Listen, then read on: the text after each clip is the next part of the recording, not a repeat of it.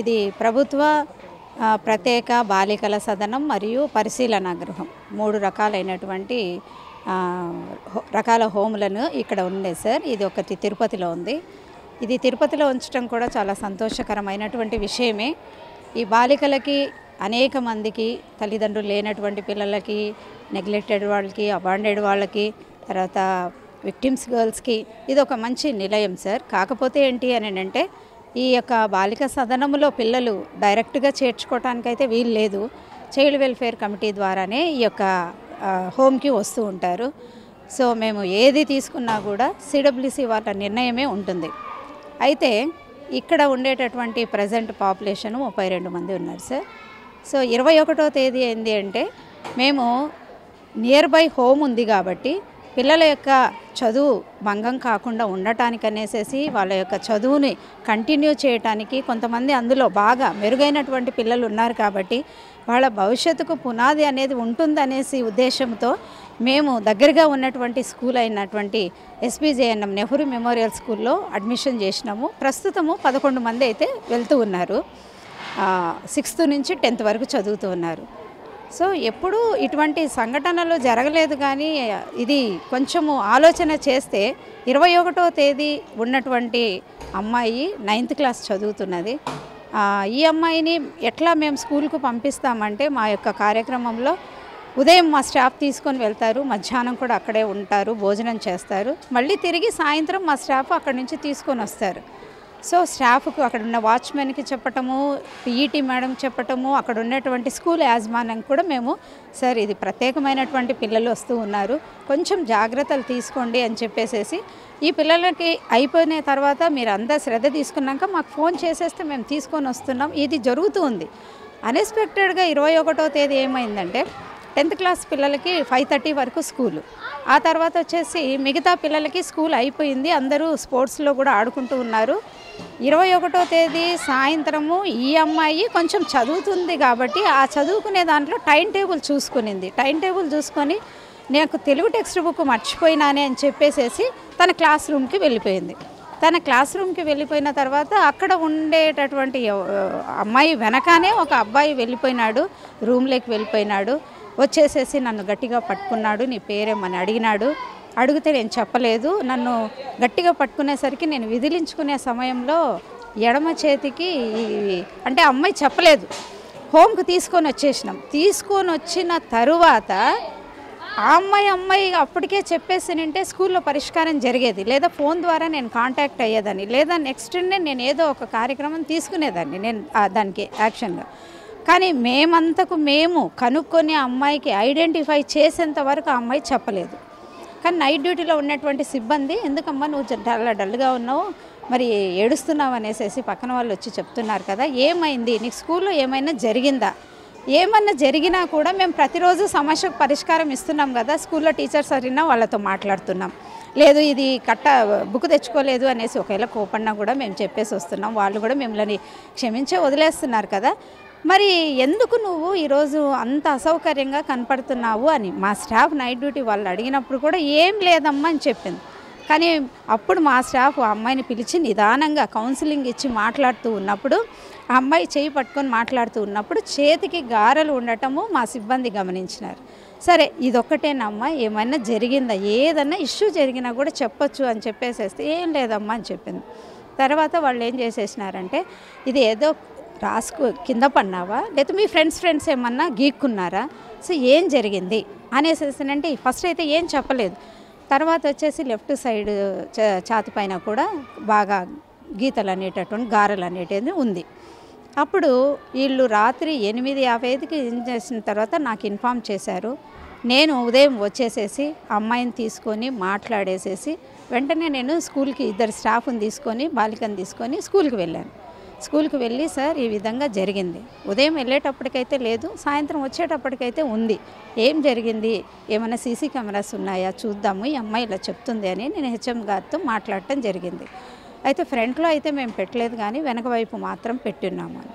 ఆ తర్వాత నేను వెంటనే డాక్టర్కి ఇన్ఫామ్ చేసినాను, డాక్టర్ వచ్చినారు. స్కూల్ నుంచి నేను తీసుకొని వచ్చేసిన తర్వాత సైకాలజిస్ట్ మేడం మాట్లాడారు అమ్మాయితో. ఆ అమ్మాయి చెప్పేసింది, ఎవరో నాకు తెలియనటువంటి అబ్బాయి వచ్చినాడు, నన్ను పట్టుకున్నాడు, ఈ విధంగా జరిగింది అనేసి.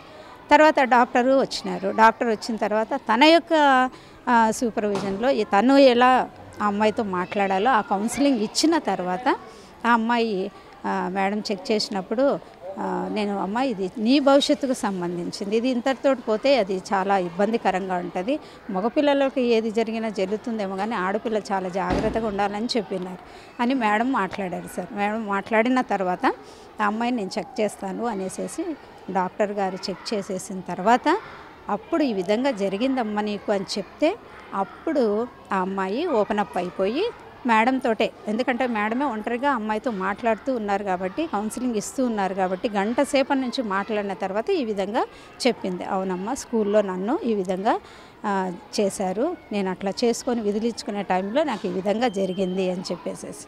సో వెంటనే మేము హాస్పిటల్కి డాక్టర్ లెటర్ పెట్టంగానే హాస్పిటల్కి పంపించటము, ఆ తర్వాత రిపోర్టు కంప్లైంట్ ఇవ్వటము, ఆ తర్వాత ఎఫ్ఐఆర్ కట్టడం జరిగింది సార్. ఎవరు అనేసేసానంటే ఫస్ట్ టైం ఎవరు అన్నోన్ పర్సన్ అని చెప్పింది. డాక్టర్ మాట్లాడి టెస్ట్ చేసిన తర్వాత మనకి సెక్సువల్ అసాల్ట్ జరిగినట్టు కనపడుతుంది అనేటటువంటిది అన్నప్పుడు నిజంగా చెప్పు ఏంటి అన్నప్పుడు అప్పుడు అమ్మాయి ఇంతకుముందు కన్నవరం ఫెయిత్ హోప్లో చదువుతుండింది. అక్కడ 7th క్లాస్ చదివింది. అక్కడి నుంచి ఇక్కడికి 2023లో మా దగ్గరికి పంపించిన తర్వాత ఎట్లా నీకు ఈ విధంగా జరిగింది చెప్పమ్మంటే కన్నవరములో అక్కడ ఉన్నప్పుడు అక్కడ ఉండే వంట మనిషి యొక్క మనుమడు రిషి అని చెప్పడం జరిగింది. సరే ఆ అబ్బాయి ఇక్కడికి రావటం ఎలా వచ్చింటాడు, ఇది ఏదో ఒకటి ఉండిండాలి కదా అనేసి అడిగితే అమ్మాయి నేనే, మా ఫ్రెండ్ వాళ్ళ మదర్ వచ్చింటే నేను ఆ నంబర్ తోటి ఫోన్ చేసేసి అబ్బాయిని రమ్మను, అయితే ఫోన్ నెంబర్ కూడా ఇవ్వమ్మా అంటే ఫోన్ నెంబర్ కూడా తనే ఇచ్చింది. సో ఇవన్నీ కూడా నేను కంప్లైంట్లో వివరించడం జరిగింది. కంప్లైంట్ ఇచ్చాము, ఎఫ్ఐఆర్ అయింది. అమ్మాయి ఇప్పుడు ప్రస్తుతం హాస్పిటల్లో ట్రీట్మెంట్ జరుగుతుంది సార్. అడుగుతుంటే కూడా అమ్మాయి ఏమీ చెప్పలేదు. నాకు ఇంకా డౌట్ వచ్చి హ్యాండ్ మీద, లెఫ్ట్ హ్యాండ్ మీద, లెఫ్ట్ బ్రెస్ట్ మీద అంతా మార్క్స్ ఉండడం చూసి, అది మల్టిపుల్ మార్క్స్ 9 to 10 మార్క్స్ ఉన్నాయి. మార్క్స్ ఉండడం చూసి ఎంత అడిగినా అమ్మాయి ఏం చెప్పలేదు, ఏం జరగలేదమ్మా గీసుకునింది, అది లోపల ఎలా గీసుకోబోతుందమ్మా అనేసి ఇంకా నేను సరే ఎగ్జామినేషన్కి రెడీ చేయండి అమ్మా అని చెప్పి పర్వేజైనల్ ఎగ్జామినేషన్ చేయాల్సి వచ్చింది. ఎగ్జామినేషన్ చేసినప్పుడు ఇంకా హైమెన్ నాట్ ఇంటాక్ట్, ఆ అమ్మాయి పెయిన్ ఫీల్ అవుతుంది, రెడ్నెస్ పెయిన్ అంతా ఫీల్ అవుతుంది.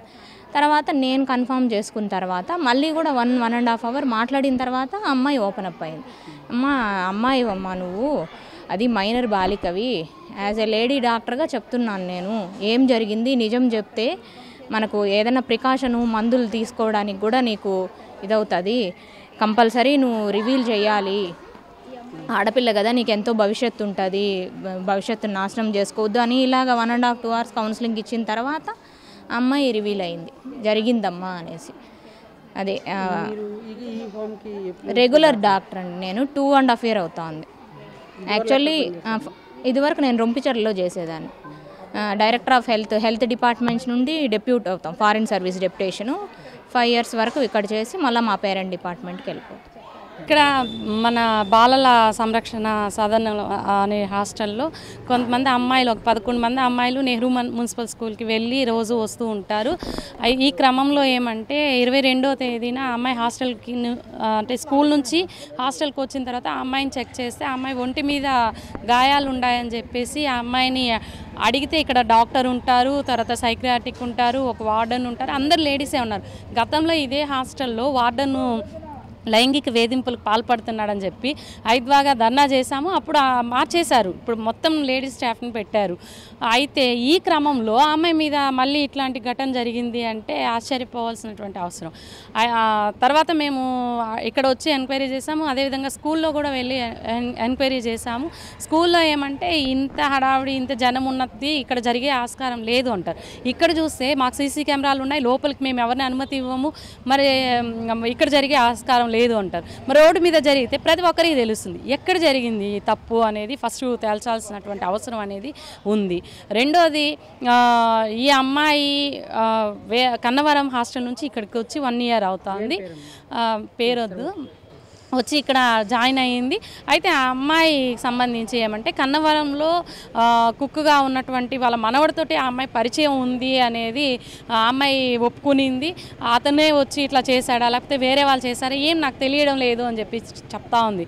ఇదంతా ఒక ఇదైతే పిల్లలకి first good touch bad touch గురించి చెప్పాలి. అబ్బాయిలతో స్నేహం అనేది ఈరోజు బయట వచ్చిన తర్వాత అందరితో మాట్లాడాలి. ఆ స్నేహం ఎంతవరకు ఉండాలి ఏమిటి అనేటువంటి అంశాలని వాళ్ళకి తెలియజేయాలి. అట్లనే వాళ్ళ మీద ఎవరైనా వచ్చి అత్యాచార యత్నానికి ప్రయత్నించినప్పుడు ఎట్లా మెలగాలి అనేటువంటి అంశాలన్నీ కూడా తెలియజేయాల్సినటువంటి కౌన్సిలింగ్ ద్వారా చెప్పాల్సినటువంటి అవసరం ఉంది. అదేవిధంగా ఇప్పుడు నెహ్రూ మున్సిపల్ స్కూల్లో కూడా ముందర సీసీ కెమెరాలు ఏర్పాటు చేసి ఉండాలి. ఇవన్నీ ఉన్నట్లయితే ఇలాంటి ఘటనలు మళ్ళీ పునరావృతం కాకుండా ఉండేదానికి ఆస్కారం ఉంటుందని చెప్పేసి మేము డిమాండ్ చేస్తాము. 22వ తేదీ జరిగింది. అంటే ఇది 22వ తేదీ జరిగితే ఆ అమ్మాయి 23వ తేదీన బయట పెట్టింది.